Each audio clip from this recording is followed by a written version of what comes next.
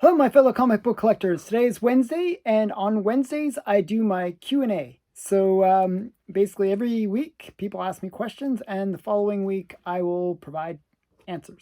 So this week we have just a few questions. I'll go through them and do my best to answer them. The first is from Hannah J. All the Golden Age comics that you show are fantastic, and you collect such a broad range. I don't remember you showing any romance comics. Although your collection is so vast, you probably have some. Are there any favorites that spring to mind? Okay, so I actually couldn't find certain ones that I wanted to show. I had a few LB Cole romance covers, and they're really great. I couldn't find them. I was like searching. It's awkward to get to some of my Golden Age books, so I couldn't find the LB Cole covers.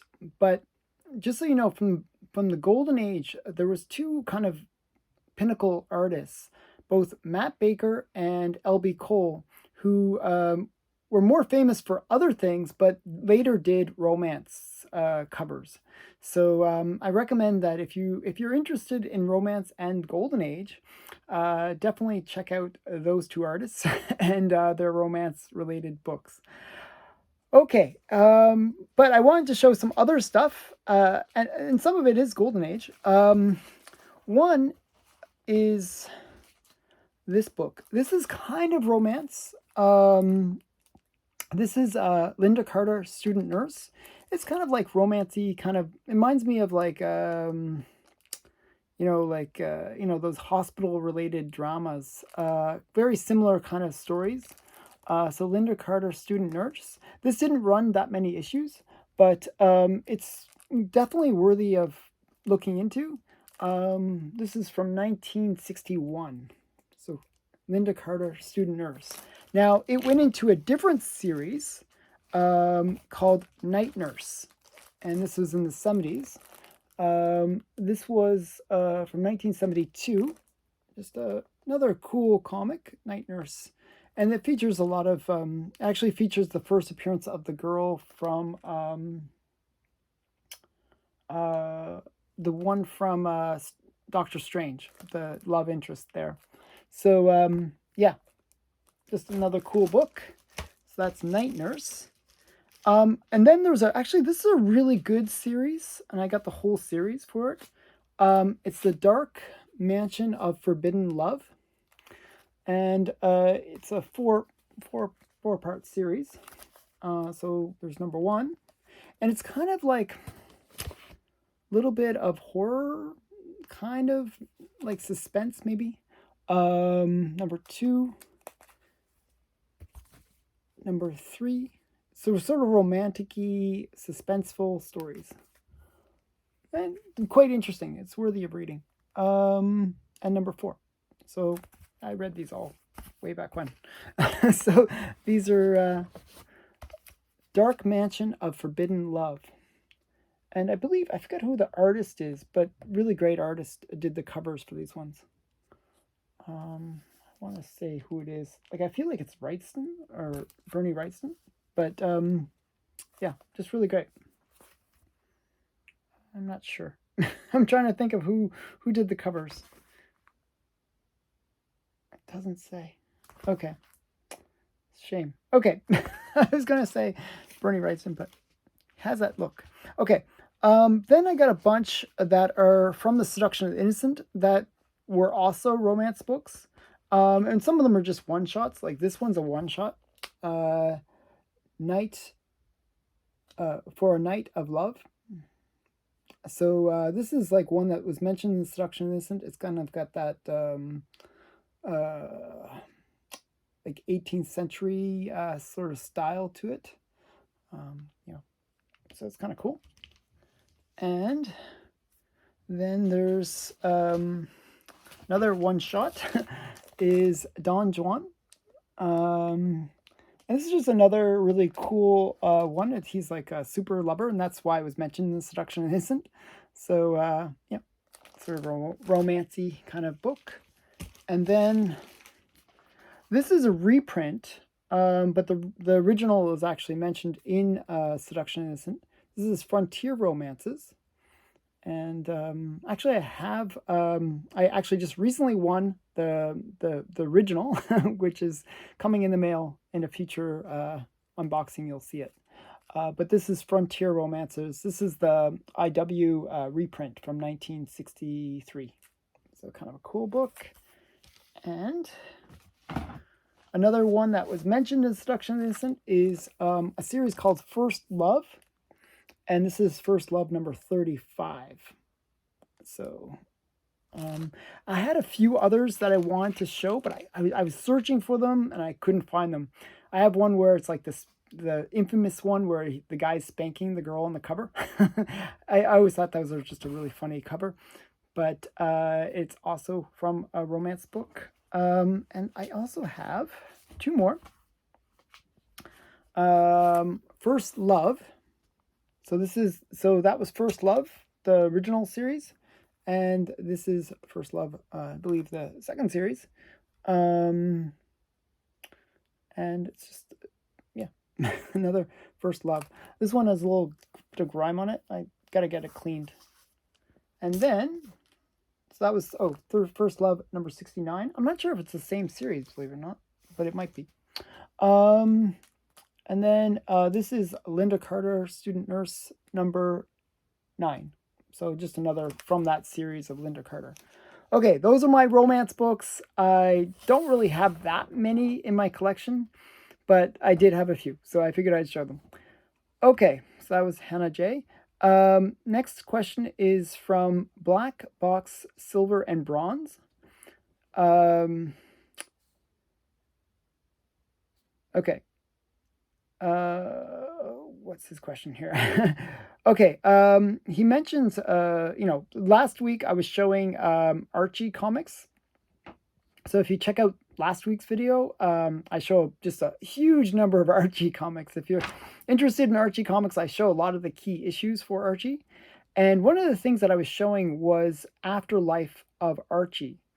And in Afterlife of Archie, there was an artist named Andrew Pepoy, who did some really great kind of sexy covers. And I showed one of those in the past video. And he was asking, his question is, do you have all 3 Pepoy lingerie covers for Archie? Well, actually, there's 4. So, no, I don't have 3. I have 4. So the one that I showed last week is the cover he did for number 1. This is his cover.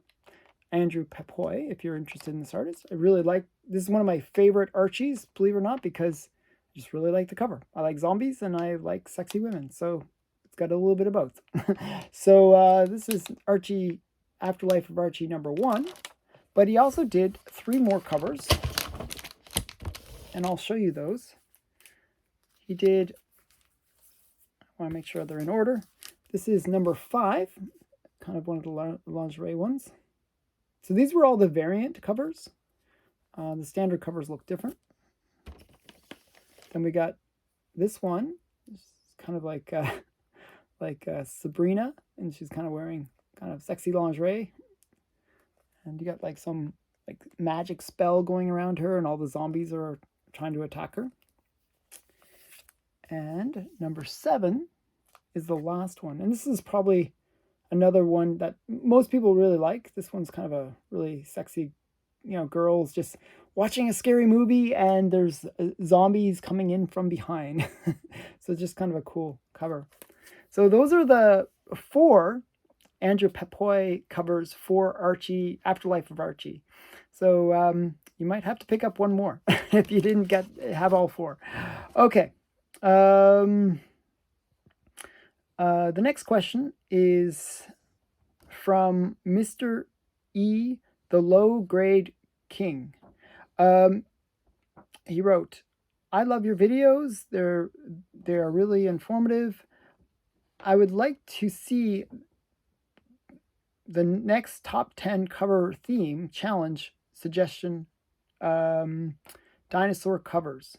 So last week I didn't do my top 10 challenge because people were complaining that I did it too often.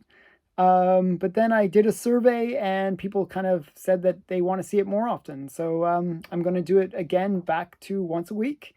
Every Friday, will do a challenge where I'll show a whole bunch of various covers. And this week, because Mr. E has asked for it, the theme will be dinosaurs. So look forward to that on Friday. It will be a dinosaur themed. Actually, it was funny. I recorded this video after I recorded the one that I'm posting on Friday. And in preparing this video, I found so many cool dinosaur covers afterwards. I was like, oh, I should have used those ones instead. But there's still really great dinosaur covers that I show in Friday's video. And yeah, it'll be fun. Okay. So this is the next question is from Mike Swintel. He asks, just a quick question.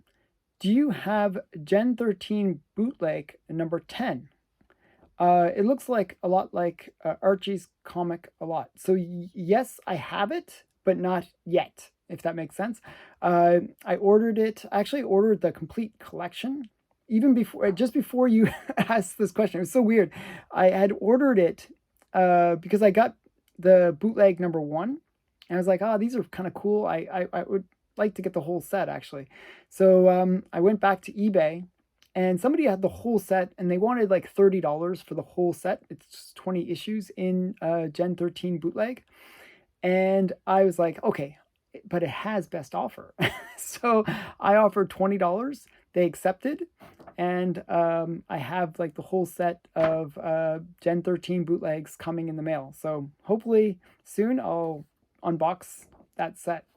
But they have really great covers. Like, if you like Gen 13, Gen 13 is kind of interesting. It's like, sort of sexy, modern, very 90s style comics. But Bootleg was a later series for Gen 13, and a bit more modern looking. Very good series. I recommend Gen 13. Okay, so that's that question. Now the last question. So today's a very short video. Is from Rocket Fighter 8, and he asked. I was talking about my judo experience where I literally broke my neck in judo, and I had some real complications in dealing with the Canadian healthcare system. One thing I didn't mention that I should have was how I was able to survive breaking my neck. So when you break your neck, and I don't recommend doing that, you should not move your head. You should literally like just keep it like stationary as much as possible. And usually what they'll do is they'll give you a neck brace to protect you from moving your head. Well, I work really long hours, and even though I had a concussion, I felt like I was dying. Really, like for about 2 years, I felt like I was dying after I got my injury. But I still had to work because I was the breadwinner. I had to make money. I had a huge mortgage. I was just working pretty hard. And I was also supporting other 20 families. So I really, like, lots of people depended on me working. And even though felt like I was dying, I wasn't allowed to take a break. So basically what happened was I worked. And when I'm staring at the computer, my head was stationary. So when they actually showed me the x-ray for my neck and they said, hey, your neck is broken. Did you know your neck is broken? They were actually surprised because the bone had slightly fused. Not completely, but slightly fused. And actually, that's not normal unless you have like either a neck brace or something that would encourage your head to stay stationary. But my job, in a way, saved my life. So kind of weird, but I figured I should mention that. It's just a little extra to my judo story. So speaking of judo, he writes, do you have any Judomaster comic books from Charlton Comics from the mid-60s? Yes, and I do, but I couldn't find them. They're in my boxes, and I don't know which box I didn't label the box that has my Judomaster stuff. So I have a bunch of Judomaster. I even have Judomaster's first appearance, but I have no idea where it is. So I was searching, I couldn't find it. It's in one of the boxes. Ugh, I wish I had labeled my boxes a little bit better. One of the things that I keep on telling myself is to get organized. I have about 4 or 5 long boxes that are just completely out of order and need to be kind of shifted around. And that is one of them. So I will get around to doing that. And maybe in a future video, I will show the Judomaster first appearance. But I thought, okay, and so he continues on the question. I used to have a few back then. What about Marvel Special Edition number 15, the first appearance of Shang-Chi? Well, so that one I do have handy. That one I just happen to have handy.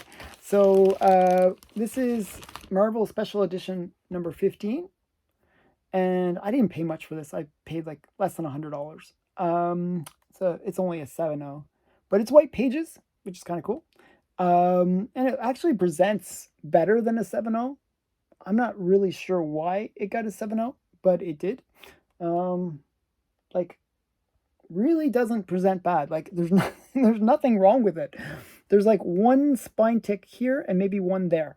That's it. That's all I can see as a flaw, but it got a 7.0.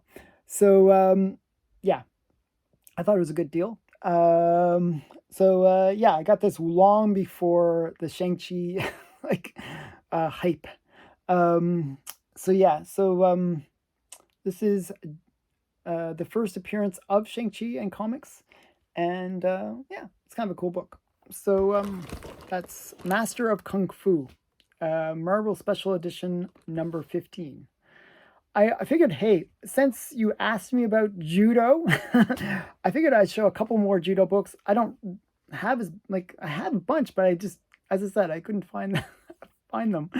But I do have a few that I think are really great. This is one of my favorite judo covers. It's like Leave It to Binky, and it's just her doing, like, very casually doing Sayatoshi, actually. The funny thing is she has the wrong knee up. It should be the other knee that's up, and just a criticism of her judo skills. But one of the funny thing is, this is a trick I used to do actually when I taught judo. This is if you ever want to learn how to throw somebody, this is a trick you can do. What I always do is whenever my judo, my students would throw, I would stand behind them. Okay, so they would be throwing, and I'd stand behind them, and I'd say, "Hey, look at me." And I'd be sort of off to one side. Actually, he's on this side. I would be on this side because I'd want them to turn and look at me. Because when you turn, you actually shift your shoulder, and that's what actually helps the throw. So if you if you ever want to throw somebody, always, when you pull the arm, turn your head. It's just a tip for improving your judo. So I just thought this was kind of interesting. It reminded me of when I used to teach judo. And I taught judo for many, many years, like about 20 years. So I really enjoyed judo. Another great judo cover is a Black Cat. That's her skill set is in judo. She's like a starlet that also kind of does this whole Black Cat thing on the side. And she uses judo to fight. So she's doing a bunch of judo moves. And I thought that was a great cover to show as well. So that is it for this episode.